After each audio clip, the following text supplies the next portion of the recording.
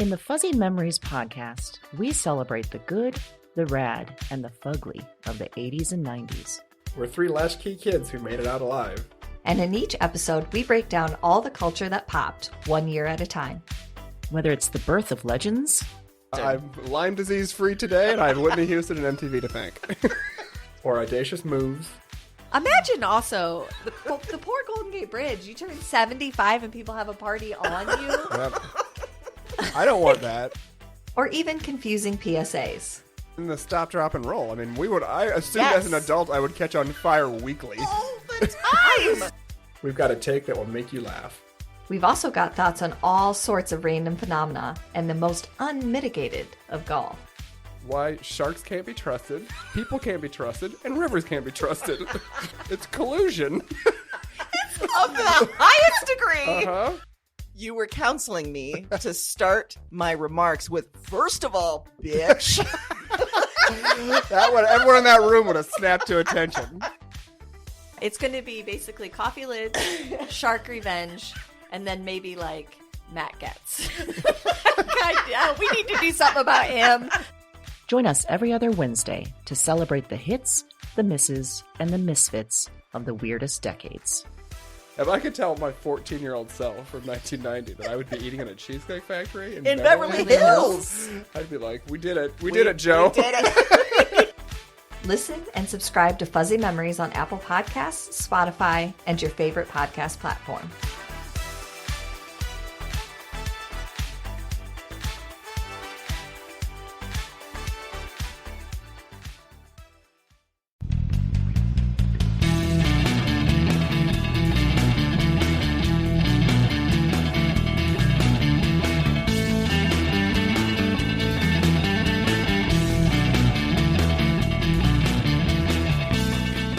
Hello, and welcome to Broads and Books, the podcast with one unique theme, 4 hand-picked book recommendations, and 2 broads. I'm Erin. And I'm Amy. And this is episode number 6, You Can't Handle the Truth. You know I can, though. You can, Erin. That's true. The whole time that I was prepping our picks for this episode, I kept shouting that out loud to myself. Yeah. I just want a real-life scenario where I could actually shout that at someone. Well, yeah. That's all you could ever want, right? And it'd be super satisfying. The theme this week deals with scandal. All of our picks have scandals, exposés, hard-hitting truths. But since, Erin, you brought up Screaming, the title, if you were going to write or produce a piece where you could shout that for real, what would it be about? This is really hard-hitting. Oh. So prepare yourself. I am, okay, I'm breathing deep. Okay. Yep, I'm taking a sip of my wine that we're drinking. Oh, yeah, you should. Got it. If I could produce a piece where I could yell, "You can't handle the truth," it would be about car pickup lines at school. Because... Oh, yes. I've heard you complain about this before. Do tell our listeners. I can't think of a time, really, bar none, in my life that I get as filled with rage as I do in a car pickup line. There's just all order goes out the window. Even though there is a system, we've got people letting their kids off in areas that cars drive. So sure, hit and runs, that's a distinct possibility. People don't observe traffic patterns. It's multiple chaos. They park in lanes where people are trying to drive through, so you're causing more. Every time I pick up or drop off a kid at school, my blood pressure takes a real hit. Ugh. Yeah. So I wish that there was somehow I could do like a, Dateline type piece, and then I could sit the person down that's messing it up and just yell, "You can't handle the truth because you're not doing it right." And I feel like it would be well received. I do. I think so, too. I imagine there's plenty of other parents who feel the same pain that you do and would really like a constructive way of shouting at all of the people doing that. Yeah. My fear a little bit is that those people would then be able to produce their own piece of me just slamming my steering wheel and hulking out. Well, really? You can't handle the truth? Look at this. But you could be like a great meme or something, you know, like that picture of you. You could be a GIF. You could be all sorts of things. And what is there more to want in life than to be a meme? Yeah. Yes. Oh, Yep, boy. perfect. I like that. Yeah. Okay. So- I was thinking not necessarily of writing or producing a piece, but in real life where like I'm at a restaurant or something and the waiter or waitress, I am vegan and I will ask the waiter or waitress, if there's any dairy, any cheese, any whatever. And most of the time everyone's great. Sometimes people look at me like, what? You don't eat meat? You don't eat dairy? And I'm like, you can't handle the truth. Because oftentimes questions will then come like, why would you do this? What is this all about? And I'm like, you can't handle it. You cannot You dive into handle that, this info. you can't handle it. So I'm just going to stare at you with murdery eyes. Okay, I like that. But maybe next time I'll scream, you can't handle the truth. Yes! That'll feel way more constructive. Yes. Please make sure I'm there. Okay, great. Yeah, so I could tape it. And then make you a GIF. Yes. Oh, we Is can that both how you be... say it for sure? It's GIF? I don't know. Okay. That's how I say it. Yeah, I never know. I don't like the hard G. Yeah, GIF. I like yeah, the, you're right, GIF. Yeah. It's like the peanut butter. It feels natural. Yes. Yeah. Creamy and delicious. Okay, so another one related to our theme, another Yes. question for you, Okay. Erin. Oh, okay. What is a hard-hitting truth you've had to face about yourself? Oh gosh, so many. Well, I think a general overreaching one is that I'm a bit of a disaster. And I mean that not in I'm going to ruin things type of way, that I just if there's some part of me that's real put together, on the other side something's going to be messed up. Okay. That outfit looks great. I just wish that your shirt wasn't tucked into your underwear type of thing. Or Sure. that's great that you experimented with makeup today. It's flaking off everywhere. It looks like you have black eye. On Right. one. Yeah, right. yeah. Okay. Yeah. I'm just never quite going to have all that. The appearance is never quite going to be down. Yeah. Yeah. But I think that makes you much more worldly. You understand like what to it's think like Yeah. to go through life like that, Erin. Yeah. I like to think it makes me more real. Yeah. But, yeah. Relatable. Relatable. Likable. Yes. All of those things. All those times I'm falling down in public, I'm making everybody else feel comfortable. Exactly. You're doing a public service. We're like, look at this. You could be doing this right now. You're living your best life by not falling. Yeah. I'm making you feel better about whatever's wrong in your day. Yeah. Because I literally just walked off a curb, face plant. Yeah. Oh, yeah. Yeah, I've good actually stuff. done that. So. Oh, great. Yeah. We've also talked about how in the past you attract all the weirdos. Would you categorize that as part of being a disaster too? I would, except that it's such an entertaining part of my life That's that true. it's kind of hard to assign it that. But yeah, I mean, I think because if you're super put together, then sometimes you come across as not as approachable. True. So I think, I definitely have an approachable quality. So they see you fall flat on your face and they're like, that one, I can Yeah. talk to her. Yeah. She gets me. Yes. She'll be on board for this weird tale. And then I'm like, well, I really wasn't. See? Really wasn't. it's a far cry from falling off a curb to keeping fingernails in Yeah. a jar. There's What? a lot of distance. Is that an actual story That is you've an heard? actual story. Who told you that story? Someone that I previously worked with, that Okay. I was in charge of training, told me that he did in fact clip his fingernails / toenails and had kept them. Okay. Okay. Yeah, let that I'm sink in. afraid to I don't ask know. any You follow-ups, should but I be. really Yeah. want to. Was there a purpose for... I asked no follow-up Okay, questions. that's probably good. He Yeah. did use that as a launch pad into a very, very rigorous discussion about neck zits.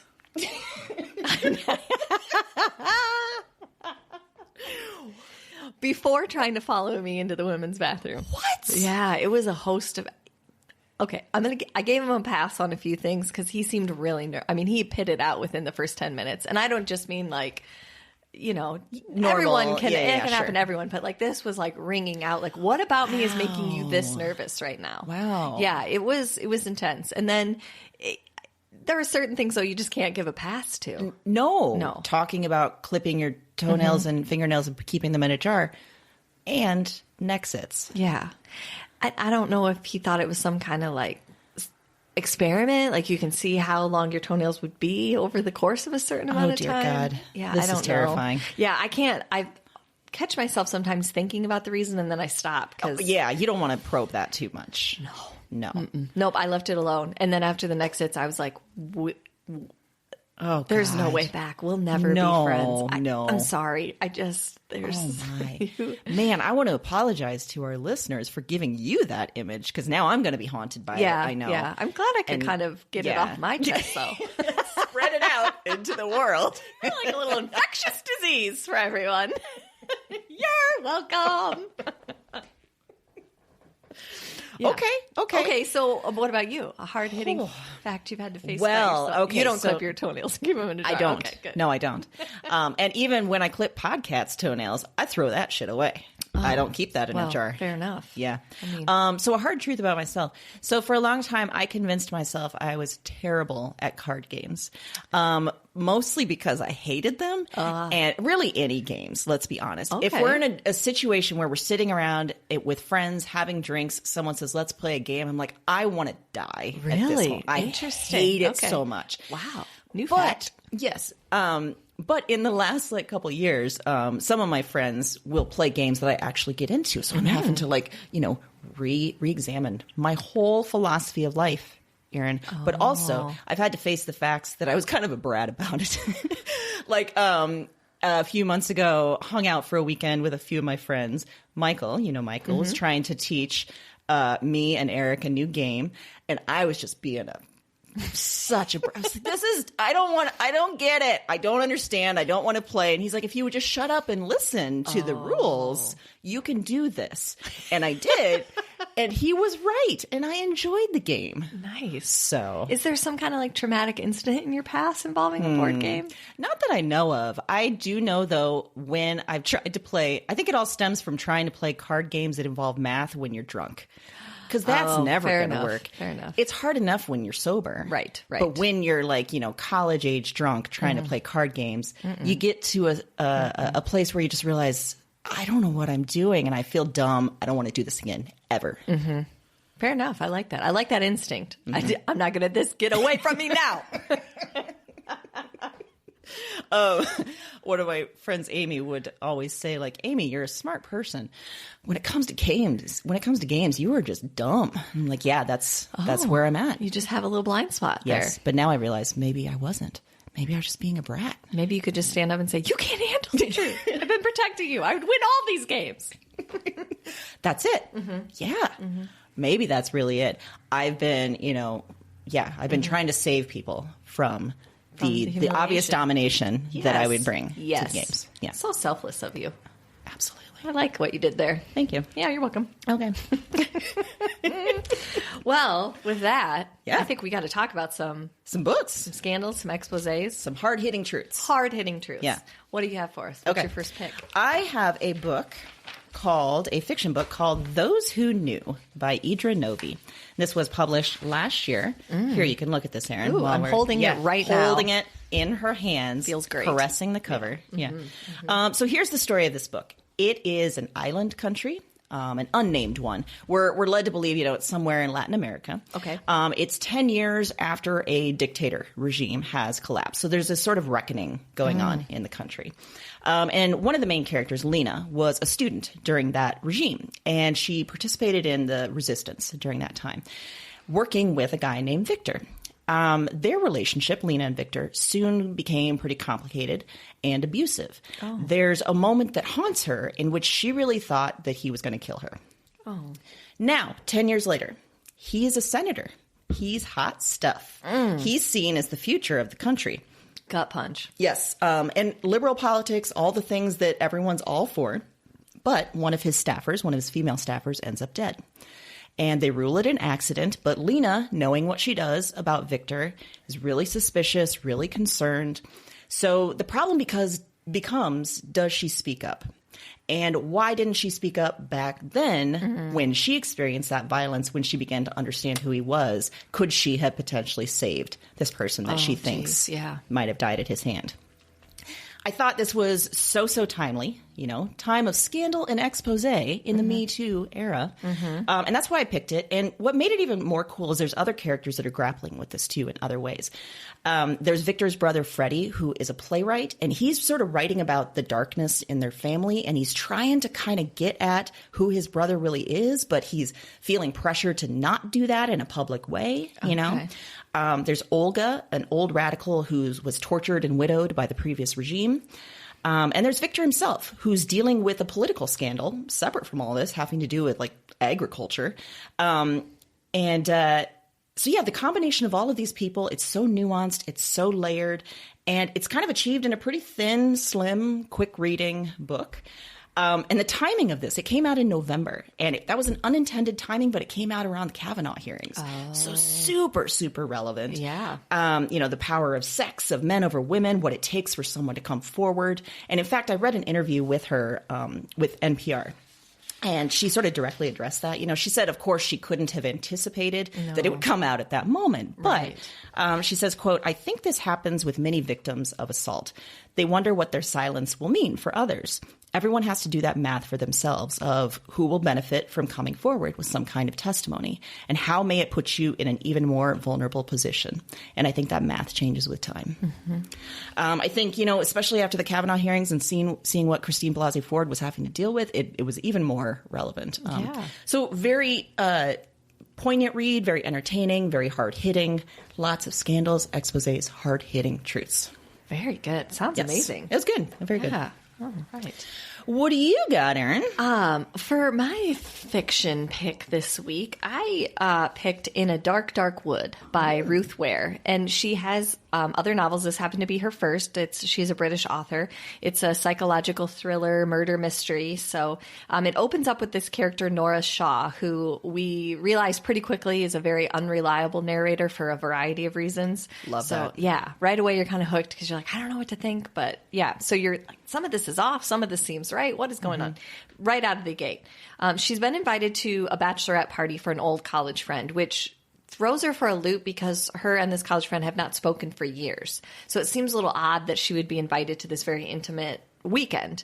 But another good friend of hers is also invited. So they kind of make a pact like, well, I'll go if you go. And pretty soon before you know it, they're there on the weekend. And right away it takes a you can't handle the truth kind of turn when she finds out that the old college friend Claire is actually marrying Nora's ex-boyfriend. Oh. The one that Nora has not gotten over and has not been able to really get past. And she invites Nora? Right. Ooh. So right away you're like, what is happening here? This is a weird, twisty, something's not right. Red flags all over. So it's bananas right away, but it just gets more dark, more twisty in the best, most delightful way for a reader. What ends up happening is Nora ends up spending the rest of the weekend piecing together why this ex-boyfriend, soon-to-be husband, ends up murdered. So that's where it goes. I can't give you any more than that but I will tell you, I was unprepared for the ending. Wow. So dark, so twisty, Isn't that crazy too that we've read a lot, and when there's something that surprises you, when you can't anticipate where something will go, God, I love that. Yes. And I think even less so of it being, because maybe if you took a step back, you maybe could have come up with that ending. But I think because of Ruth Ware's writing style, you're so wrapped up in the story and you're so focused on this narrator that you kind of lose sight of everything else, which is a great quality and a really amazing writing skill to be able to do that, like you said, to some people who are avid readers in particular that are usually more prone to picking up that stuff. So I think this book has a really wide appeal. If you're an avid reader, I think you're still really going to enjoy it. If you, just every once in a while pick up a book or you're looking for something like that, like a thriller, mystery, I think you're going to love it just as much. It's a quick read because you're propelled forward. Yeah, you got to know it. So from top to bottom, the turns are just, you can't predict them. So yeah, it's great. Can you even imagine what would have happened if someone had done that to you? Invited you, surprise, I'm marrying your ex. Well, what in the what? I feel like maybe I should have said that as a hard-hitting truth, is that I have a little bit of an antisocial side. So had you invited me and hadn't spoken to you in years, I'd be like, no. Yeah, you know what? That's so nice. I'm going to send you a bottle of wine. Hope you have a great time. Yep. peace, I'm out. Yeah. Like, not happening. Not happening. No, I would never be tricked into that kind of behavior, especially once I find out it's in a dark, dark wood. What? Yeah. That's the name of the book. Yeah. No. Nope. I mean, that has murder written all over it. Yeah. No. You need to watch more Dateline if you think You that's really safe. do. Yeah. Yeah. That's not okay. Good Lord. Yeah. Okay. So I think it's good for, curling up for the afternoon, a good book. I think it's a good book to convince you not to go on a friend reunion. Sure. If you need an excuse, read this book. If you're looking for a way to get out of your high school or friend reunion, read this. If you live in the middle of the woods and you're looking for a reason to sell your house, read this. It'll be the tipping point. Great. Yeah. Wow. Yeah. I couldn't handle the truth on any level in this book. I love it. Yeah. She's a great author. I love all the books by her, but really this is the first one. If you haven't read any of hers, definitely start with this one. You'll be hooked and you want to go. Does get she other always ones. write in this vein? Yeah, frequently. Sometimes, not, they vary, it could be friend groups. It might be a husband and wife. I mean, she is really versed that way. Like she does a lot of different characters, but yeah, there's usually a psychological thriller element to all of her writing. Yeah. So, Man. I wish that one of us had found a book where they actually did that and screamed, "You can't handle the truth" in the middle. right. Wouldn't that have been amazing? It would have been amazing. Yeah. You can't handle the truth. No. And I'm sure that neither one of us for our other picked the actual movie that comes from. Yeah. It's just become felt too so on the nose, it did. yeah. It's become such part of our culture. We didn't feel like we needed Yeah, to if you explain missed that. it, you should go back. Watch It's it. A Few Good Men for Yeah. those of you who have not seen it. Check it out. Yeah. But good old Jack Nicholson. what I prefer more is if you could somehow work You Can't Handle the Truth into your everyday life, tell us Absolutely. about it. Yes. I would love to hear about people saying that. We want to see and hear about confrontations where you just scream, "You can't handle the truth," really with no warning whatsoever. Yes, less warning the better, I think. Yeah, I think so. And in situations where it really doesn't call for it, that'd be amazing. aggressive yelling. At the Is Walgreens checkout line, you can't handle the truth when you're trying to buy, feminine hygiene products. Yes, perfect. Yeah. And they're like cash or credit. You're like, you can't handle the truth. What? I just want you to pay.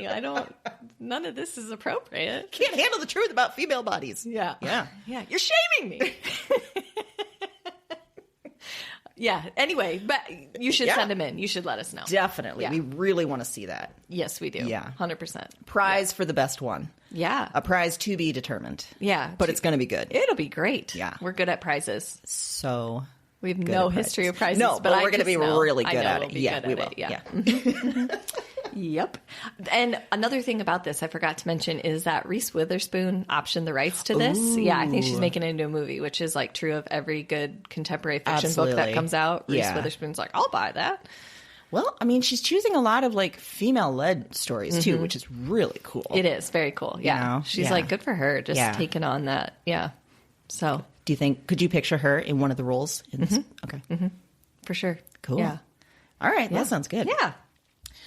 All right, well then let's switch to nonfiction or other genres, I should Yeah, say. other genres. Yes. Hit me with it. Okay. I can handle it. Oh, you can handle it? Okay, great. I don't know if you can once I tell you about this. Okay, all right. All right, so this is a nonfiction book. It's called American Pharaoh, Mayor Richard J. Daley, His Battle for Chicago and the Nation. Now, bear with me here. Okay. It's by Adam Cohen and Elizabeth Taylor, published in 2000. Okay. So a bit of backstory. Yes. Why I read this. I moved to Chicago after I graduated college in 2000, and I lived there for the next 13 years. Okay. And as I was getting to know the city, as I was getting to know this way of life, I read a bunch about the history because it's absolutely fascinating, the city history. And it kind of looms large in our country's imagination, I think. There's, the lore about Prohibition era crime and all the gangs and Al Capone, all that good stuff. Then in the last, couple decades, there's, this image of the city as one of just excessive murder, just terrible stuff happening on the South Side, which is absolutely accurate. But the city, especially that first part, the Prohibition era stuff, the city sort of plays that up. There's bus gangster tours, right? You get on this bus. My dad and I actually did this. This has me written all over it. I'm all in. You get in this bus. It's painted black. There's these two guys that are sort of, acting out gangster roles. We're driving all over the city to where, Al Capone shot down this other bootlegger and where the St. Valentine's Day massacre happened. And, oh, look at that church. You can see the bullet holes right there. All that kind of stuff. Oh, nice. Plays it up. And it was great. Loved it. Sounds amazing. And there's also this perception of Chicago as sort of this city of just graft and corruption. Absolutely true. Oh. And it's scandal, just constant scandal that often seems to just bounce off, right? There's a massive democratic machine there with a very unique political system of aldermans and this like all-powerful mayor. So one of the books I read was about the sort of epitome of this mayor, Richard J. Daley. He was the mayor from 1955 until he died in office in 1976. The man had some longevity. Wow. He grew up working class Irish, and he rose through the sort of corrupt ranks of the political machine. And when he became mayor, he, as the book's authors say, just ruled with an iron fist. Okay. At the time, Chicago was kind of dying in the mid to late 50s, and he's sort of credited with transforming the city into this sort of modern, metropolis with skyscrapers and thriving downtown, all that good stuff. But along the way, he's basically responsible for the extreme segregation that still exists in the city. He created the worst ghettos in the entire country. In part by deciding to cut the city into sections. When he decided where interstates were going to be placed, he wanted to cut it off into like an X so that, the African Americans will be here and the poor people over here and the white people up here. And wow. Just very, very deliberate. He's also the one that instructed police to beat up protesters at the 1968 Democratic National Convention. Super brutal. He defied national civil rights laws. He's not a great guy. So it's remarkable, it's terrible at once, but it's really eye-opening about why the city is the way that it is. Also interesting, he was a major player in national politics. He's basically the reason JFK got elected, as well as LBJ, and he never let them forget that. Oh. So he had some clout, and he was not afraid to use it. Well, what good is clout if you don't use it, right? Exactly. Yeah. This book is written by two journalists, and they were using previously uncovered material. Really fascinating. It's a great read, one that might piss you off, but still good regardless. It's also, I read it while his son, Richard M. Daley, was mayor, another long-running mayor, 1989 to I think 2007. He was basically taking the same sort of blueprint, making it his own. There was one point where he just decided one morning before everyone got up in the city to tear up Meigs Field because he was pissed at the developer for taking too long or something like that. So there were just bulldozers going through this private airport thing. Just completely wacko, most of it.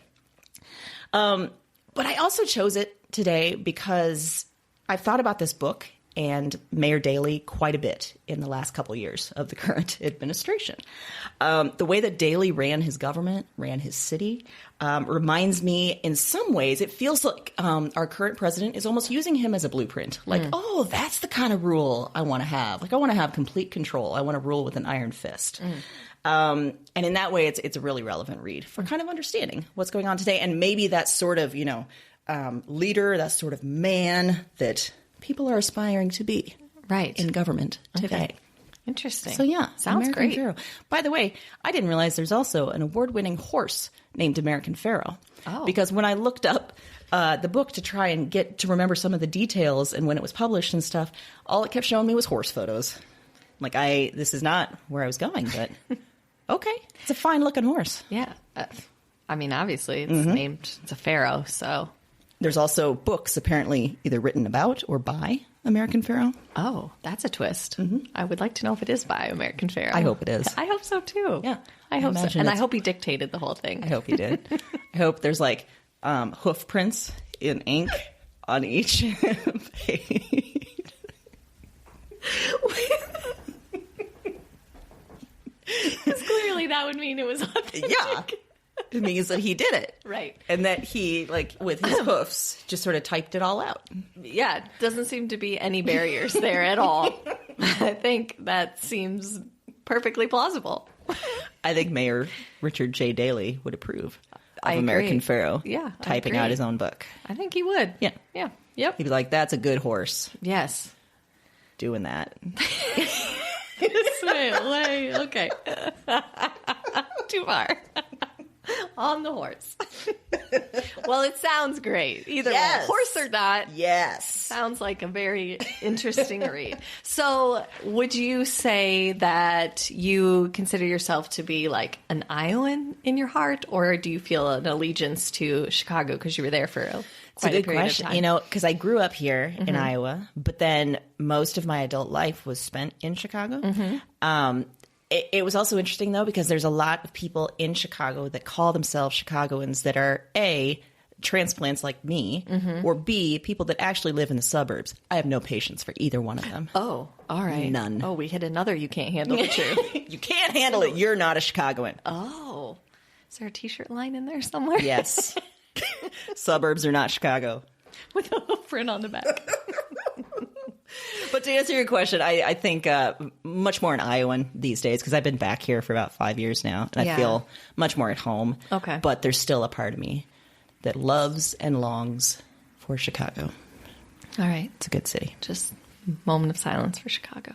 Because it's dead? Yeah, I don't know. It just seemed appropriate. You know, but it's one of those cities, though, that you leave it for a little bit or you move to another neighborhood and then it completely changes. Really? So, like, even in the 5 years that I've been gone, there's a lot of parts of Chicago I completely don't even recognize anymore. Wow, it changes that interesting. fast. Yeah. Interesting. And so, in a way, it feels like the Chicago that I lived in is gone. You know, Chicago of like the 2000s. Right. It's no longer there. I imagine I've heard the same for people who live in New York. You know, the people who lived in New York in the 1970s, it's not the same in New York as today, you know? So it's a very, when cities are like that and change that often, it's interesting. Yeah. Yeah, it is. That sounds great, though, as like a just informational and finding out more about it. Yes. Love that pick. Great. Okay. Well, my nonfiction pick this week, it's a toughie.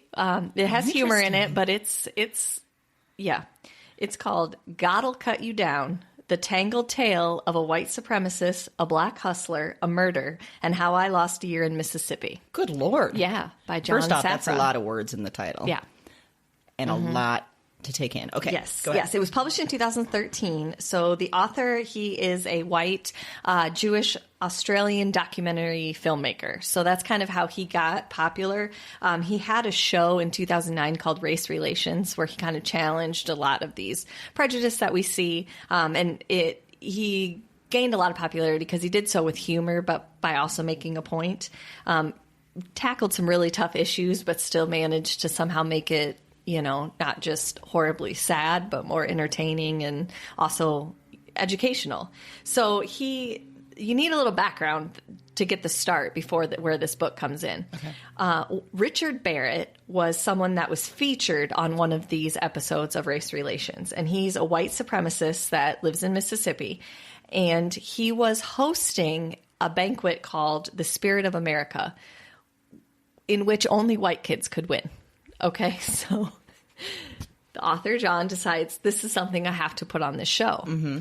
And then, because of it in his own personal life, he was just dabbling in kind of the sending your DNA to a genealogy website just for fun. He was doing it for a side project, and he thought, what would happen if we sent this white supremacist DNA and we found out that his ancestors were not as white as he intended. So essentially, he sort of tricks Richard Barrett into giving his DNA by helping him blow up balloons for the Spirit of America banquet. Okay. They send it away, and as you would expect, that there's some African ancestry in Richard Barrett's As is past. probably true for most of us. Correct, yes. Mm-hmm. So the genealogist, the representative, kind of said essentially it would probably mean that there was a marriage or something at some point that involved white person, black person. That's how things came to be.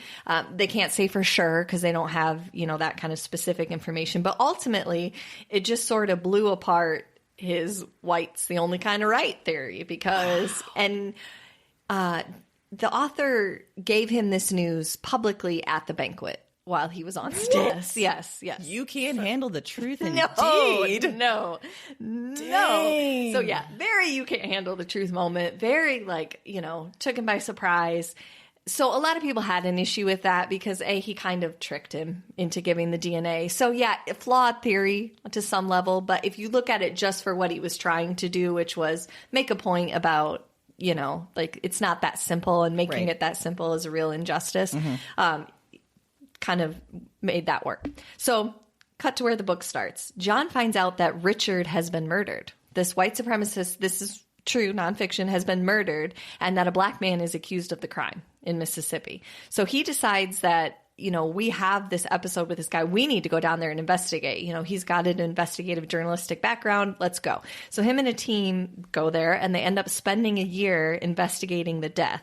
And it turns out that it is not at all as cut and dry as it would appear, and that this Richard Barrett is not at all as simple as he wanted people to believe. So he spends time interviewing the person that was accused, the family of the accused person. He spends time talking to the family of the victim, to neighbors, lawyers, police officers, community members. I mean, he hits everything because he's there for a year. And really, throughout the whole thing, you just get this overwhelming feeling of how complex this situation is. And not just because it's this particular situation, but just in general, the whole idea of holding a prejudice so hard and fast it's so complex underneath it. And that gets, you know, brushed under the rug a lot. Absolutely. So he, puts it all in this book. That's what the whole book is based on. Penguin Random House is the one that published it, and their blurb, I think, probably sums it up the best. This is a brilliant, haunting, hilarious, unsettling story about race, money, sex, and power in the modern American South from an outsider's point of view. And wow. That is not a lie. You will laugh out loud because his interview style is hilarious. I mean, he doesn't hold back. Like, he'll say something really snarky which is what you're thinking. Like, how could anybody say that for real? But he's also, this is a very deep, politically divided, important issue. And he tackles it, and he does so with a lot of really interesting points that make you really think about things a lot harder. So I think he did it great. Obviously, I picked it for the scandal aspect and the you can't handle the truth.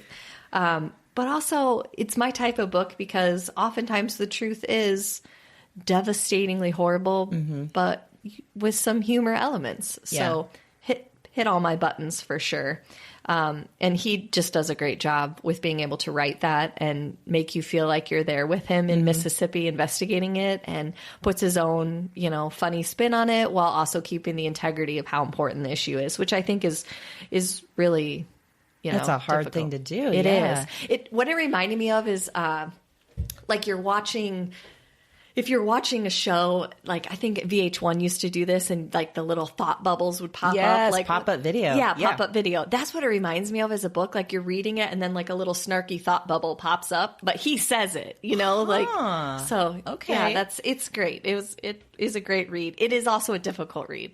So yeah, when you introduced the book, you had kind of a grimace on your face. Yeah. So what is it about it? Besides, I mean, I know you can't reveal too much about it, but what was it that was difficult? It's hard, I think, sometimes to face people that are so strong in beliefs like that and are so willing to defend them all the way down. I find that sometimes hard to read or hard to deal with, you know, and you don't want to give it more credence than it's due. But I also think it's super important, and like you mentioned in this time, that we are looking at issues from all sides, because the only way that you can understand or help someone else understand why maybe their thought process is misguided is to fully understand the issue yourself, and to not make it so black and white or not make it so simple. Like we always want to reduce things to, well, if it's not A, it's B. Right. And it just doesn't work that way. And I think he does a great job of showing that in this book, but that can be hard as a reader, you know, to take complexity. on. Complexity is hard. It's hard to understand. It's hard to deal with. Yeah.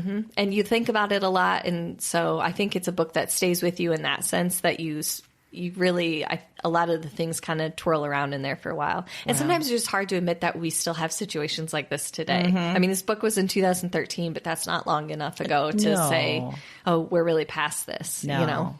So that's a good point. When you read stuff that make you think, oh God, this was just recently, or this was just this, and it's so terrible.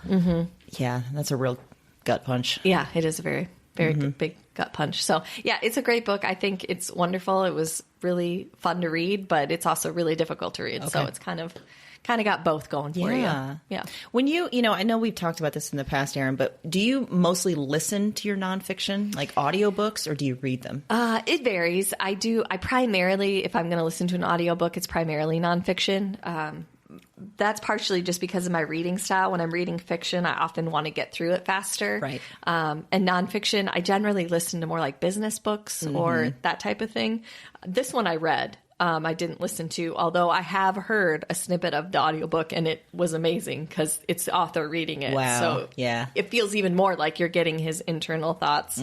But no, I read this one. It just sort of depends on how interested I think I'm going to be, because I need to have it in my hands if I think it's really going to grip me, because I need to be able to work through it faster. Or maybe that's why because I struggle with audiobooks. I still do. And maybe because I'm mostly reading fiction, maybe it's you're not going fast enough. Like, I need to get past this. Maybe that's why. And for me, it's like I'm in the car and then I have to get out of the car. Well, I don't want to let it go. Right. So then, you're kind of stuck, where I know if a book, if I get, okay, I need to stop because I have X, Y, and Z to do, I know I can pick it up later. Well, I'm not sitting in my car in the garage at night listening, I mean, I guess I could put it on headphones or whatever, but usually I actually physically read when I'm in the house. So, question, when you're in the carpool lane or the car drop-off lane and you want to the world just discuss you, are you listening to books at that time? Often, but I have also found that I'm so distracted and enraged that I That's what can't I'm wondering. follow. Yeah, I have to put music on and just try to zone out. And I tried to make it calm music. That doesn't work because it doesn't match my level of anger. So No. Yeah. Calming music never calms me. It just enrages me. Yeah. Yeah. It has to almost be like death metal to really match where I'm at. Well, here you go. When you're next in the car drop-off lane, just listen to some Nine Inch Nails. You'll feel much better. Yeah. Yeah. Okay. This is going to make you laugh, but J-Lo's usually a go-to for me. The ones where she raps, particularly, and or has a rapper, because that just, I don't know why, it just makes me feel like, yep, you got me. You got my back, J-Lo. So, yeah. Oh, so you feel supported by having J-Lo rapping? Yeah. Is it because she's kind of a badass? Is that okay? Yeah. All right, got you. Yeah. I mean, obviously she is. Obviously. But yes. But the answer to that is yes. You can't handle the truth. Yeah. Oh, no, you really can't. Okay. Well, let's talk about some other things. Yes. Give me another pick. All right. Yes.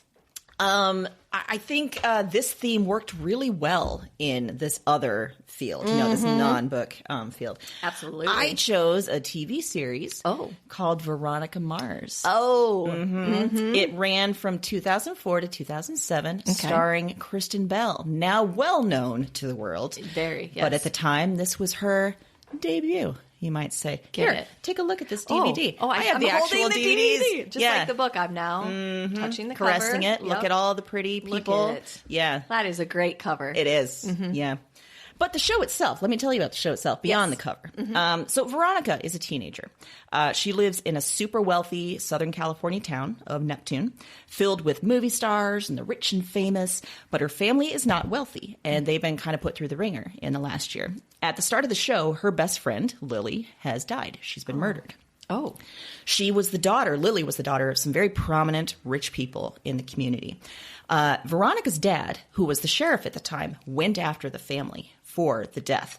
Not quite clear if they're going after for the murder or for negligence or something like that. But because they're so rich and famous, they could put the kibosh on this and they get him removed as sheriff.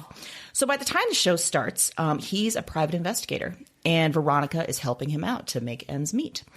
There's so much happening here. Veronica used to be in with the popular rich crowd, but once this all happened, once this went down, she was booted.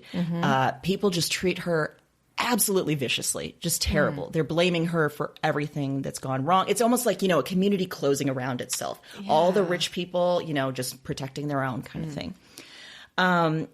She's treated like absolute garbage. She's even drugged and raped at one point. Oh, no. So another problem. But at this point, she's got zero Fs to give. Right. She takes it upon herself to figure out who killed Lily. And along the way, she's serving as private investigator for some of her fellow students. Students that hate her, but are willing to throw money at her to solve some of their various problems. It's so rich. It's so funny. It's so heartbreaking. It's got crazy twists and turns throughout the show. It's got some epic love stories. It's got a little bit of everything. Sounds like it. Just a menagerie. Yes. And I chose this because Veronica's life is turned upside down by scandal, by expose. And instead of buckling under that, she says, F this. I'm going to come at you harder. I'm going to cause some real effing scandal right now. And she's a teenager, yes, but I think anybody, any age can watch this and be very entertained, be very touched. You know, it's poignancy that really kind of transcends age, I think. And in fact, as I was writing this earlier, I was like, I think I convinced myself to rewatch it. So the next time you see me, I may be like a season deep into Veronica Mars. Okay, I like it. And good news, everybody. So this ended kind of suddenly at the end of the third season. It ended sort of on a cliffhanger. But then a few years later, there was a Kickstarter campaign. They made a movie. I was going to ask. Yes. Okay. That movie was delightful. Solved a lot of issues, and now they've got another. They're rebooting the series, and I think it's going to be on Hulu or Netflix or something. It might be a limited run, but all the people coming back, so more Veronica Mars is coming. Oh, so that's a great rec because you can get in just in time. Exactly. Watch this stuff; you'll be absolutely hooked. And then when the new stuff comes out, God, you're going to be on it. I hope in the new series she finds a moment to yell, "You can't handle the truth." You know, as I was writing the notes, I was trying to think, she's said many, many zingers that get to the point of you can't handle the truth. Perfect. But in her own snarky, wonderful way. I love it. Yeah. Sounds great. I have it actually is never wonderful. seen Veronica Mars, so I think you're convincing me to get into it. Yeah, I think you should. Yeah. I like the fact that I still have the DVDs, even though it's streaming, I'm sure, somewhere. Right. But, you know, I bought these in 2004. Or whenever Proudly. it came out. Yeah. And I wanted to have them in my hands and look at them. And you know what? It enriched the experience for me It to did. take it So you out of can your take a hand and look. hold it myself. Mm-hmm. You can look at all the beautiful people. See, there's Wallace, her friend. There's a biker. There's a biker. Amy's just pointing out characters on the cover now. Now we just... Look, here's her dad. Oh, he's the PI. okay, we're getting See, more. There's a Okay. school bus. There's a school bus on the cover. Yep. So, yeah, some good stuff. There you go. So good. Visual aids. Yes. Perfect. Nailed it. All right. My other pick is a little, I don't know what you would call it. It's like a limited series run on Netflix called The Staircase. Oh. So you might have seen this in a Dateline if you are a Dateline follower. They did like a couple episodes on it. I'm not sure. But essentially what the story is that there's this novelist, Michael Peterson, whose wife died in 2001 and was found at the bottom of their staircase in their house. And so his theory when he found her and called 911 was that she fell down the stairs and must have, hit her head, whatever it was, but that's what caused her death. But when the medical examiner and investigators get there, pretty much right away, everybody's thinking, yeah, that's not true. There's blood splatters that are disputing that. Just frankly, science in general is kind of arguing with his theory. So it's odd. But then on that side, so as a viewer, you're kind of led to believe, okay, so he did it.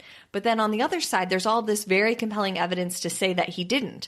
And so what you have essentially is a staircase, a woman dead. Michael Peterson ends up going on trial and is found guilty.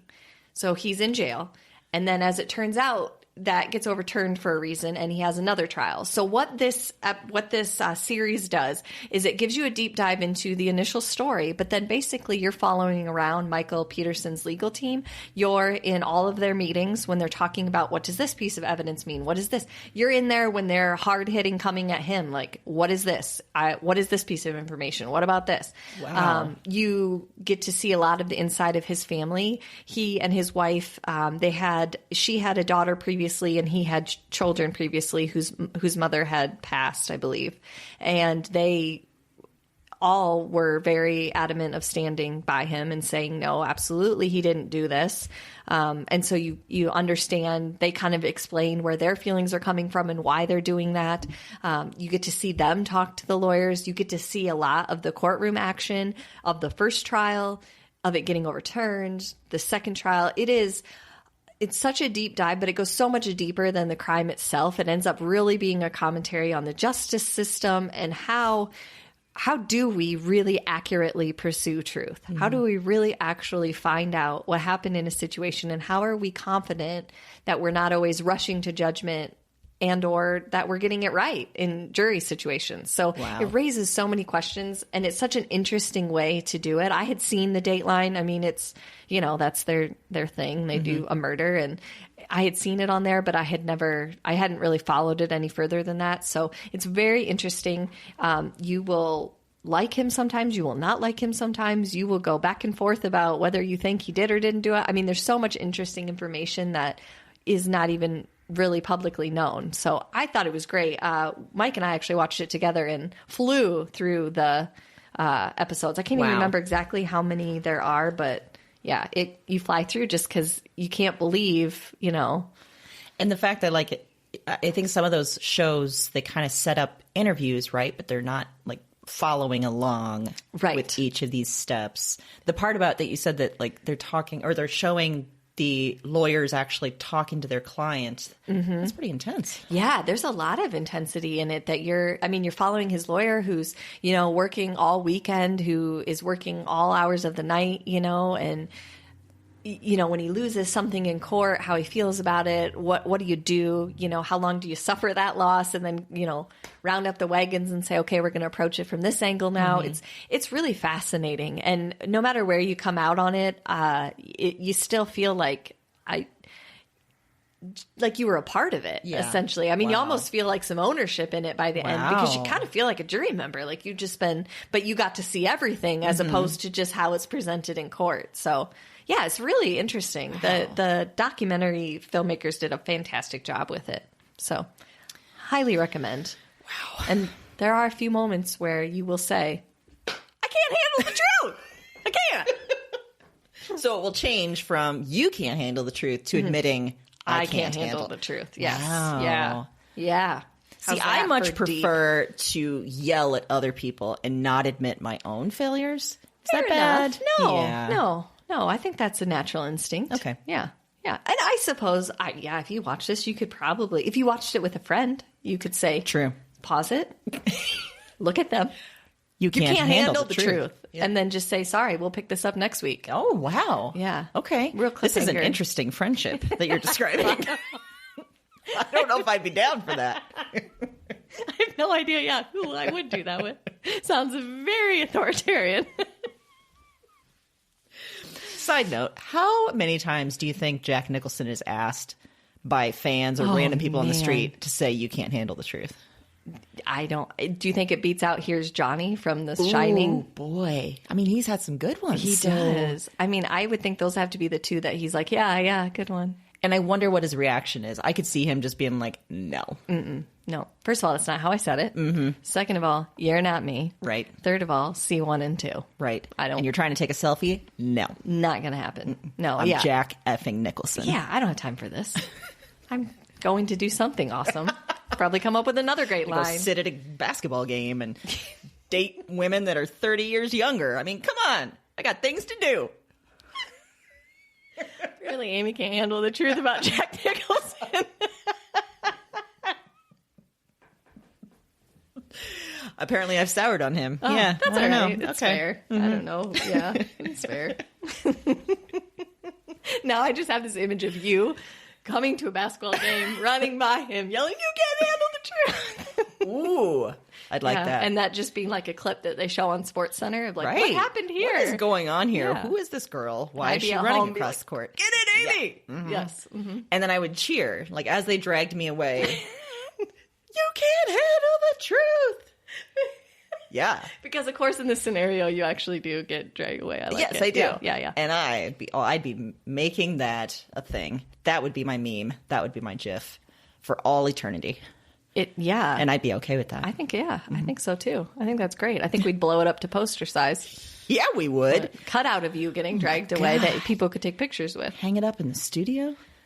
It would be our inspiration. It would be. For all of our future episodes. Yeah. Yeah. When we wanted to make a point, we could just point to it. We could. You can't handle the Can't truth. handle it. Remember? Yeah. Do you remember Instead, that? Right now, we're just pointing at a squirrel with glasses on his face. It's true, but that painting is amazing. Yeah. He's also holding a donut. He is. So, yeah. He's a party type. Well, I think that's enough truth for me this week. You can't handle any more no, truth? I Okay. can't. Yeah. This is definitely a wrap for episode 6. You can't handle the truth. But you can look forward to another great episode dropping next Wednesday and every Wednesday on whatever platform you use to listen to podcasts. That is true. That is truth that we can handle. Yes, hard-hitting truth. Yes. And in the meantime, another truth that you can handle is you can head to our website, broadsandbooks.com, to check out all the recommendations we made in this episode, as well as one bonus pick. Each week, we offer a bonus in addition to everything we talked about here. Yeah, so go to the website. Find Check it out. And, surprise, there's some bonus material on our website, There too. is. We won't spoil it. We won't tell you what all of them are, but it's worth it. I can tell you that. You can also check out our Twitter, Facebook, or Instagram to give us feedback and let us know items you might want to hear us talk about in future episodes. And if you're the creative type or have a great idea for a future theme or episode, you can let us know. We would happily take those recommendations. We absolutely would. Happily, yes. Happily. And if you're creative and you love us and you want to shout your love, Which is from every the street, listener. Yes. then do us a favor.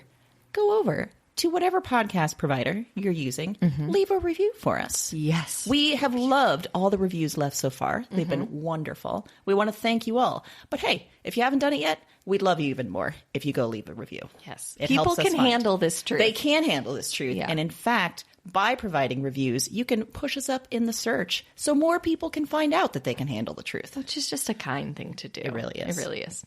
So we're excited to hear from you. So please reach out. And we're super excited to be back every week. Until next time, that's it for us. Happy reading.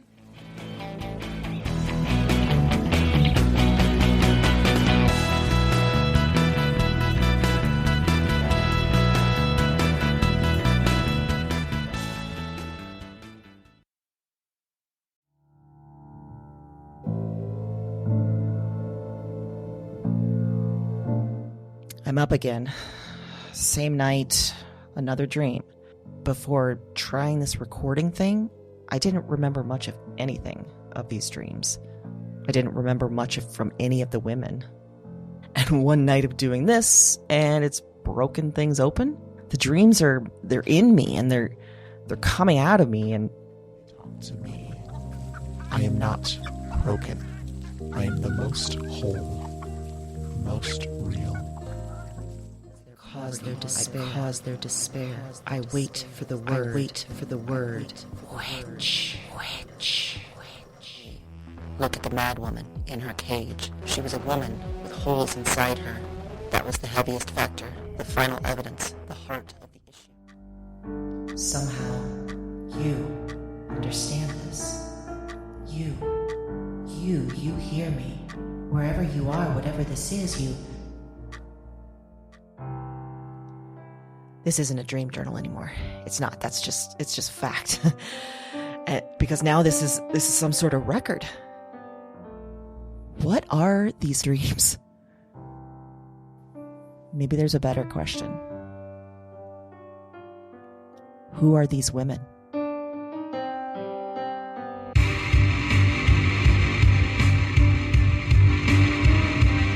Weird Woman is a Broads and Books production. All 9 episodes are available January 10th. Listen and subscribe to Weird Woman on Apple Podcasts, Spotify, and your favorite podcast platform. That's WYRD Woman, wherever you listen to podcasts.